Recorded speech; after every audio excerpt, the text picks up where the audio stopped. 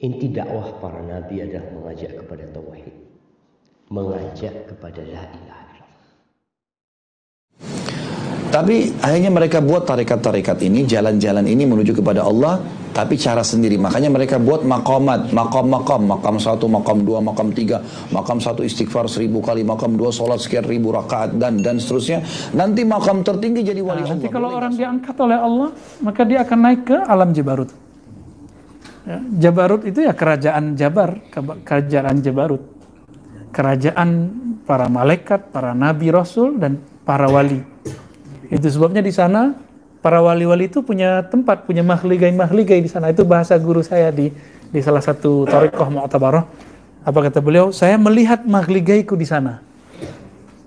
Cuma karena beliau ummi, salah satu guru kita dulu di thariqah Khalidiyah, Naqsyabandiyah, mengatakan saya tahu mahligai saya di sana.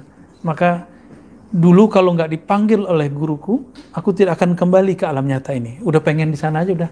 Maka kalau ada orang mati suri, nggak dijemput oleh gurunya, kalau gurunya nggak sahibul karomah secara rohani, nggak pernah melewati makom itu, udah muridnya lewat, ya kan kejadian dulu, ya ada muridnya di Malaysia zikir mati suri, muridnya itu plus anaknya, syekhnya di Sumatera, dikabarin orang, tuan guru anak anda sudah meninggal. Dia bilang, kok dia kontaknya masih kontak hidup, jadi rohaninya masih bisa nyambung. Wah, ini anak lagi asik masuk zikir. Apa kata beliau? Tunggu saya. Maka datanglah beliau ke sana, belum sampai berapa hari nyampe. Jadi itu aneh juga di zaman itu, nggak mungkin orang bisa cepat, nggak ada pesawat.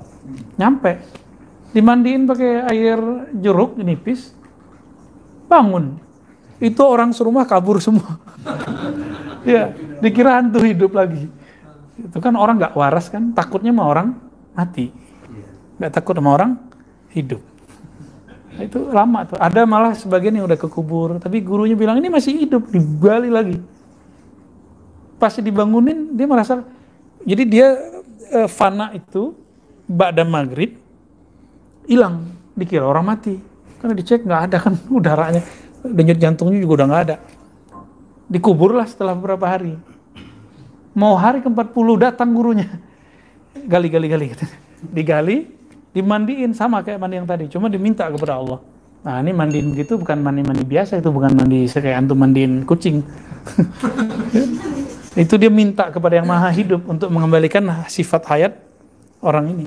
Benar hidup lagi. Dan itu bukan khurafat. Dan emang nyata ya. Nah, teman-teman, kalau antum nggak punya mursyid, itu nggak bisa selamat sono. Kalau hilang ya yang meninggal, tapi meninggalnya enak itu. Itu syuhada secara rohani udah. Arif billah gelarnya udah. Ya. Tapi arif billah sesuai dengan makomat itu ya. Yang paling tinggi makomatnya yang sudah sampai ke ahud. Ya, di Jabarut itu kalau boleh disebut disitulah alam ma'rifatullah. Ma'rifatullah.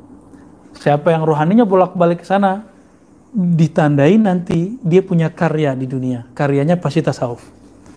Jadi antum cari aja semua karya tasawuf atau semua masyayikh yang punya wirid, punya hizib, punya kumpulan zikir yang dia turunkan kepada orang sekarang, itu dia pasti punya akses ke alam Jabarut.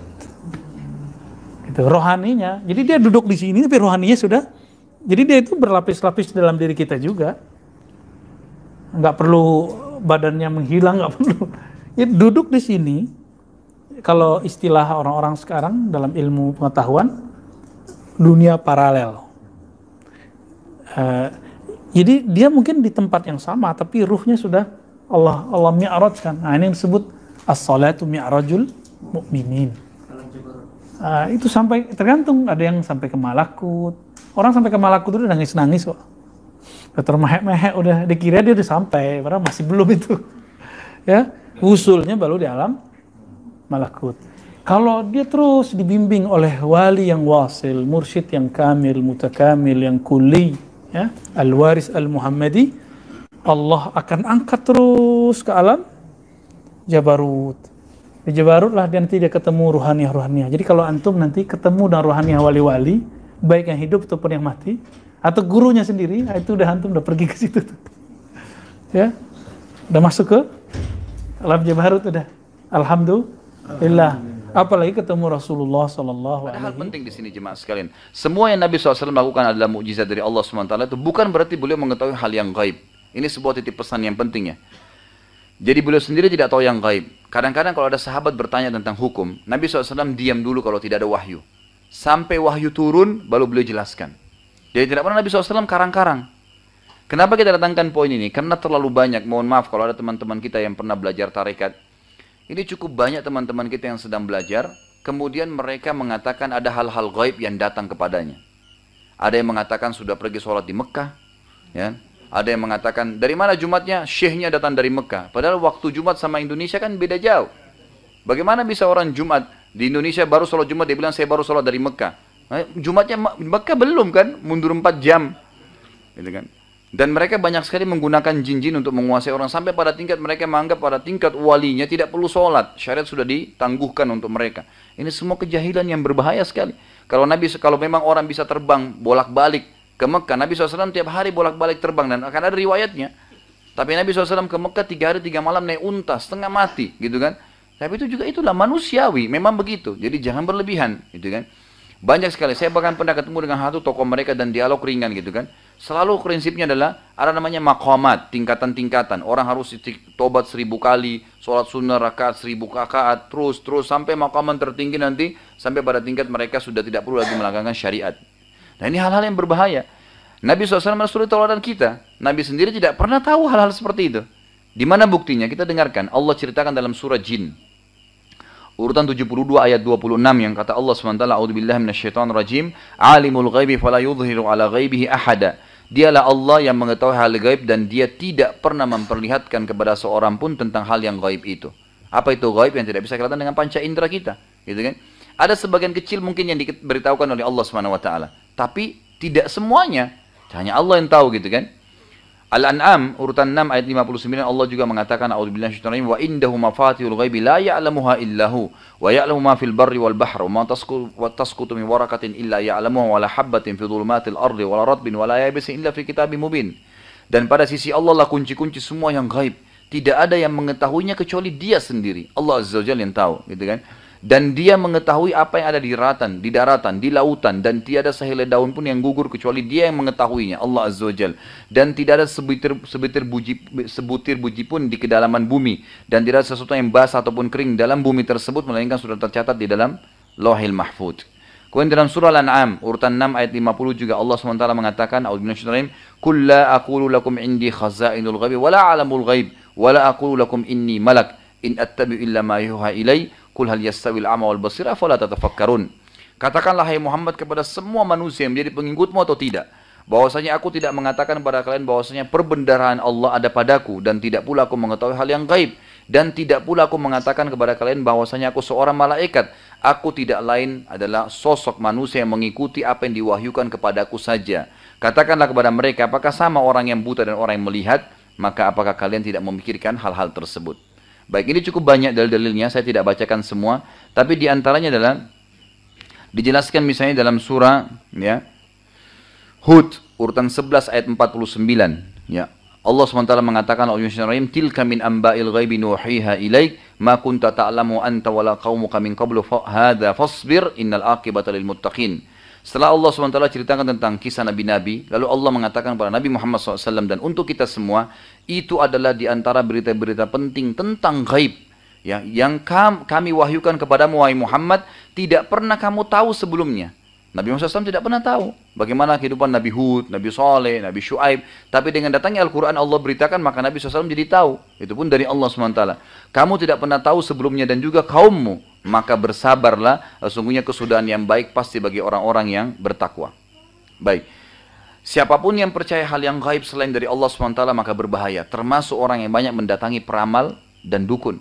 Nabi SAW mengatakan dalam 2 riwayat yang sahih, yang pertama, barang siapa yang mendatangi dukun dan peramal serta bertanya padanya, tanya saja, ramal jari tangannya lah, tanya masalah kehidupannya, raut wajahnya, pakai kartu, ya apa saya tebak-tebak, ramalan bintang, semua dilarang dalam agama kita.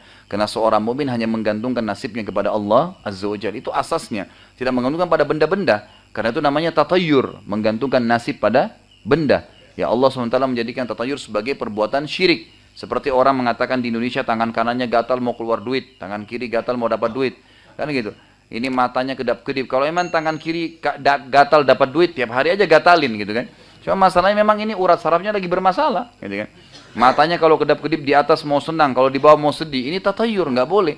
Menggantungkan nasib. Hari Selasa dianggap hari sial, tidak mau keluar. Kalau ada kecelakaan dianggap itu adalah hari sial. Nabi SAW mengatakan, Allah berfirman hadis qudsi, la tasubud dahar fa inni dahar. Jangan kalian nyalahkan waktu karena saya pencipta waktu itu, gitu kan? Jadi nggak ada hari sial dalam Islam, contohnya. Tatayur semua. Kata Nabi SAW, siapa yang mendatangi peramal, bertanya padanya, belum ikut percaya, cuma nanya-nanya, coba-coba saja, maka tidak diterima sholatnya 40 hari. Pernah ada yang tanya sama saya begini, Ustadz, kalau begitu tetap sholat nggak?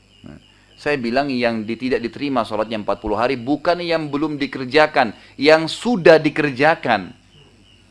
Jadi tetap sholat sekarang, tapi 40 hari yang lalu hilang, gitu kan? Jadi yang sebelumnya, bukan sesudahnya gitu. Lalu hadis Bukhari yang lain dikatakan, barang siapa yang mendatangi peramal dan bertanya padanya serta mempercayainya apa yang dia ucapkan, maka dia telah kafir terhadap apa yang diturunkan kepada Muhammad SAW. Ingat, para dukun dan peramal sekarang sudah canggih, ya kan? Mereka sudah tidak lagi menakutkan pakai tongkat ya, tengkorak, enggak. Sekarang sudah gagah-gagah gitu kan. Ya, ada Tommy Refail, ada ya banyak sekali yang lain-lain itu semua itu penyihir gitu kan, dukun. Ya. Jadi nggak boleh dipercaya. Ada orang bilang, oh kalau dia tepuk orang itu tidak pakai jin. Siapa yang bilang itu? Itu jelas menggunakan jin, menghipnotis orang, gitu kan? Itu semua termasuk, maka tidak boleh dipercaya, gitu kan? Kalau perlu jangan pernah nonton acaranya. Karena itu berbahaya, bisa mengganggu keimanan kita. Orang udah kena bid'ah, hati-hati. Jadi oleh karenanya, nah itu berlaku dalam semua bid'ah ya. Betapa banyak orang kalau sudah terkena bid'ah, otaknya sudah nggak jalan. Coba minta ke kuburan. Gimana minta ke kuburan? Orang mati, sudah tidak bisa mandi, makanya kita yang mandikan. Sudah tidak bisa pakai baju, kita yang kafankan. Sudah tidak bisa sholat, kita yang sholatkan. Sudah tidak bisa masuk ke rumahnya, kita yang kuburkan. Setelah itu kita minta sama dia. Kalau dia bisa mandi, kita bilang ente mandi sendiri, ngapain kita mandikan ente? Kalau dia bisa pakai baju, kita suruh pakai kafan sendiri. Tapi lihat orang-orang sudah terkena pemikiran bid'ah, minta ke kuburan. Minta ke kuburan. Lihat orang-orang yang terkena tasawuf. Kata Imam Syafi'i rahimahullah dari Yunus bin Abdul A'la, sami'tu Syafi'i yaqul. Kata Yunus bin Abdul A'la, aku mendengar Imam Syafi'i rahimahullah berkata, man tasawwafa anna rajulan idza tasawwafa awwal an-nahar la ya'ti al-asr illa waqad dhahaba aklu aw kama qala Syafi'i. Barang siapa yang di pagi hari ikut tasawuf, maka belum datang asar kecuali dia enggak beres akalnya. Coba lihat orang jaga la ilaha illallah 2 jam. Ya akhi ente bahlul apa begitu. Kalau kita yang gemuk-gemuk gimana cara berzikir begitu? Ya sekarang berjam-jam begini, loncat sini nari dari mana itu? Apa itu dari Islam? Mana akalnya enggak jalan. Kalau ente ingin ikut sunnah Nabi, ente salat malam 2 jam ya sampai kaki bengkak, itulah sunnah Nabi SAW. Bukan joget-joget, loncat-loncat seperti itu, menari-nari, tasyabuh dengan orang-orang Nasara. Ya. Karena ikhwan hati-hati, kita berusaha terus berada di atas manhajus salaf. Ya, jangan terpengaruh dengan bid'ah, jangan terpedaya dengan perkataan-perkataan mereka. Ada syubhat tinggalkan jauhi, jangan coba-coba dengar syubhat. Hati itu lemah. Ya. Al-qulub dha'ifa wa syubhat khattafah. Hati itu lemah dan syubhat menyebar-nyebar. Bagaimana cara mengingatkan kepada saudara kandung kami yang mengikuti ilmu atau aliran tasawuf, ma'rifat, tawajuh, yang mereka menafsirkan Al-Quran menurut fikiran mereka sendiri, karena ini indikasi syirik dan menjauhi ilmu tauhid. Ilmu mereka semakin dalam dan mengerikan berdasarkan ilmu cinta kasih dan Buddha. Ya, tentu saja ini sama saja dengan orang-orang muslim yang umumnya, dan ini masuk dalam kategori dosa syubhat nih. Artinya mereka masuk dalam dosa yang syubhat. Mereka nggak tahu kalau mereka sedang berbuat salah. Bagaimana caranya orang ibadah kepada Allah? Teman-teman kita yang ikut tarekat, ikut tasawuf ini, mereka menganggap tidak butuh dengan syariat. Kita belajar ma'rifat. Ma'rifat belajar tentang Allah tanpa melalui syariat. Syariat untuk orang awam. Para sahabat belajar syariat, teman-teman sekalian. Bagaimana kita sampai pada tingkat ma'rifat memahami Allah tanpa syariat? Nggak mungkin itu.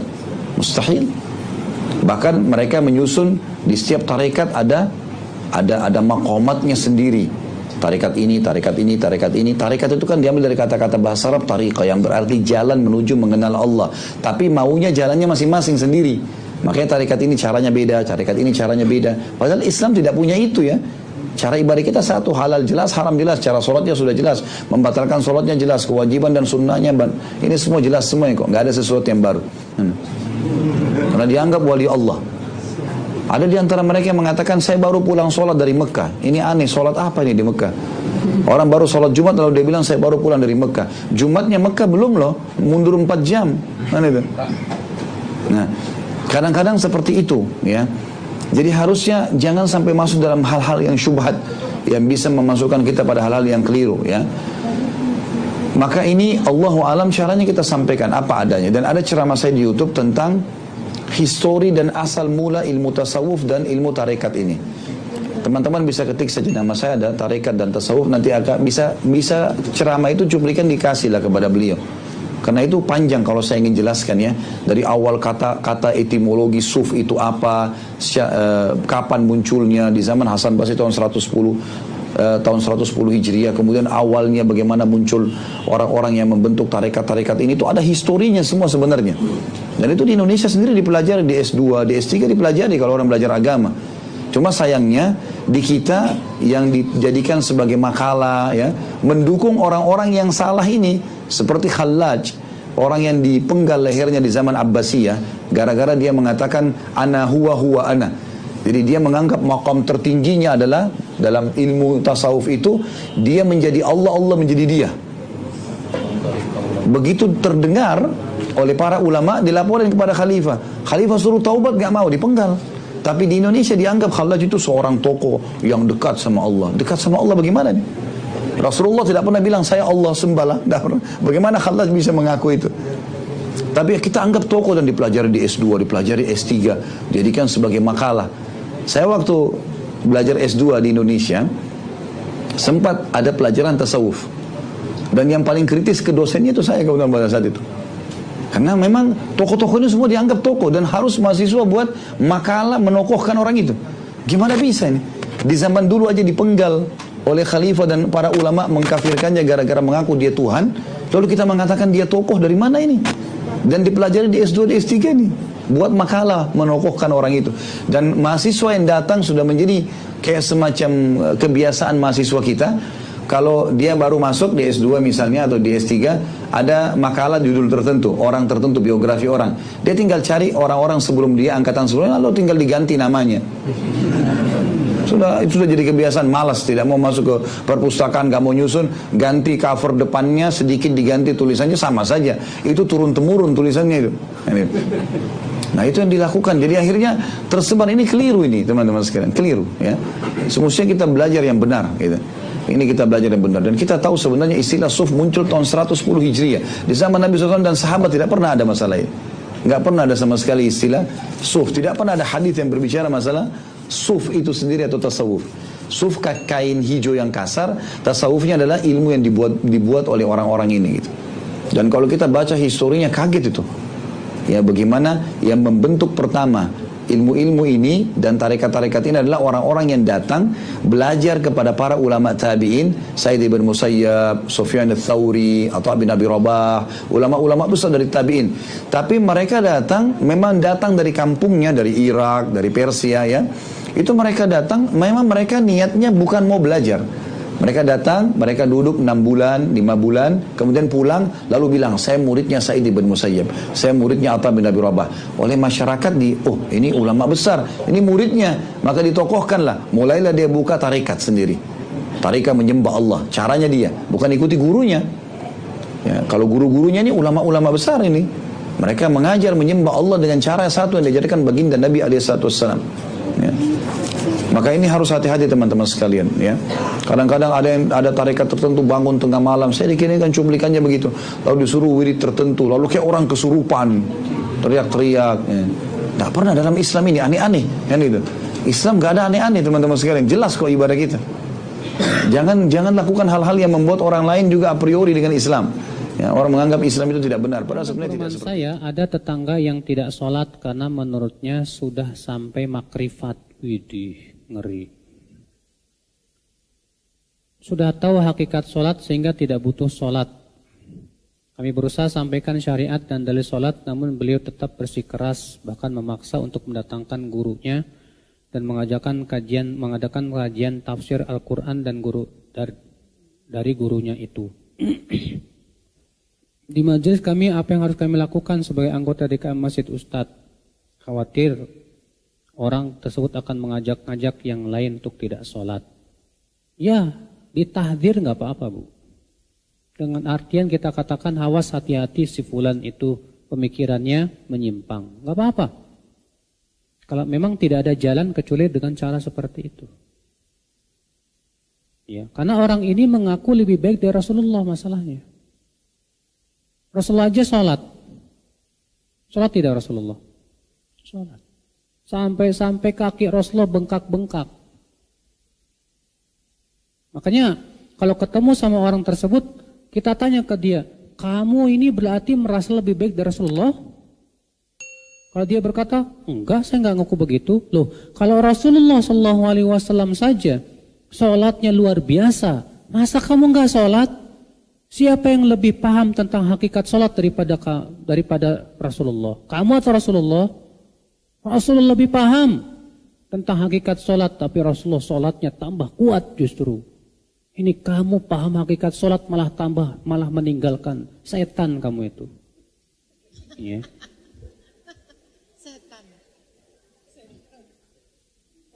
Memang setan nih Bu, ya. Karena orang ini tujuannya supaya orang meninggalkan syariat satu per satu.